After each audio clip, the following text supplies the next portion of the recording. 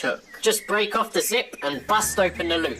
Pull out the loose end to a 90-degree angle and then use a rough stone to grind the exposed tip down into a sharp point. And there you go, an easy to make improvised fish hook. Alternatively, you can turn the ring tabs of any discarded soda cans into fish hooks too. Spent bullet casings can be repurposed into makeshift arrowheads. Just grab a large rock and pound the casing flat. Remove the uncrushable rim by bending the metal back and forth until it breaks off. And once that's all done and dusted, grab a coarse stone and begin grinding down and sculpting that metal into your desired arrowhead shape. And after a little bit of elbow grease, you'll have a sharp and strong metal arrowhead. If your boots are dripping wet and you need to dry them out, then you'll probably place them next to your campfire. Well, that's good, but we can do better. Gather up a few large, dry, non-porous rocks and place them on the edge of your campfire. Wait until those rocks are piping hot and then carefully place them inside your boot. This way, your boots will dry out much quicker and much more thoroughly, as they're drying from both the outside and the inside. If you've left the house, then chances are you've brought along your house keys. Well, the jagged teeth of these keys can be used as a small impromptu saw to saw the small notches required for primitive traps and various other tools. If you're struggling to find tinders or natural fire-starting materials, then have a look down at your socks. Cotton and wool are flammable natural materials, so if you are wearing cotton or wool socks, then you can pluck off any loose strands and fibres for a neat little flammable tinder pile. Throw a few sparks at them and those sock fibres will combust into flames. Mosquitoes and other insects are repelled by the scent of pine, so if mosquitoes are a concern, then grab a bunch of pine needles, crush them up in your hands, and then rub the oils they release onto your clothes. And that should keep the mosquitoes away. You can also burn pine needles over your fire for an ambient insect repellent for your entire camp.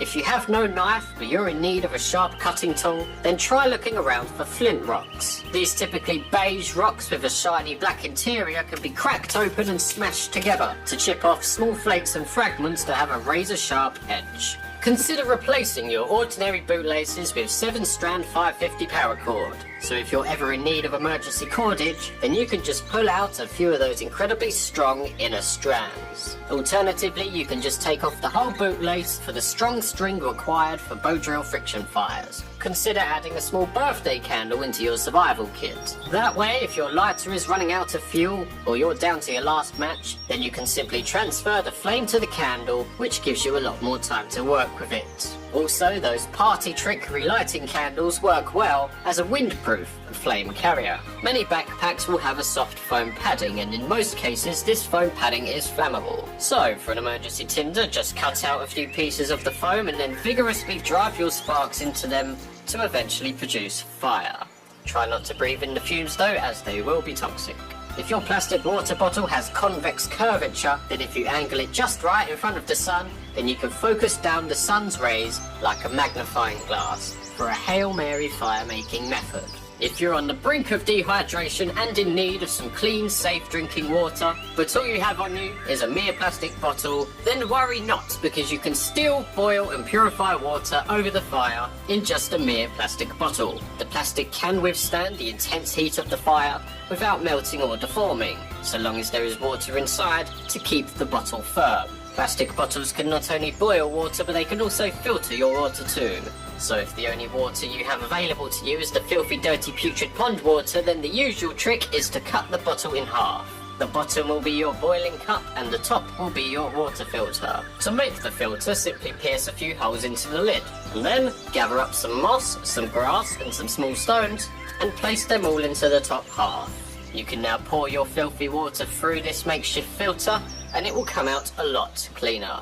Not perfect, but certainly cleaner. Now take your boiling cup full of filtered water and place it into the fire. Keep the fire small and under control, and watch as the water begins to boil. The end result is a cup of clean, drinkable water, and a reusable, intact cup and filter. A word of caution though, this method does indeed release toxic carcinogenic plastic chemicals into the water, so only use as a last resort. Drinking that stuff is not good for your long-term health, but it will keep you alive for now. Hands can get pretty filthy. Eating with them carries the risk of getting ill. Well, avoid potential illness by eating with makeshift chopsticks. Just split a stick down the middle and place a twig or stone in between the cut. Now, you can grab and eat your food without having to worry about bacteria, as you can just dunk the tips in boiling water to completely sterilise them. If you need to get going, but you're worried about how you'll get your next fire lit, then before you go, grab a large piece of leftover charcoal and take that with you, because as long as you have a spark thrower, then you can reignite that charcoal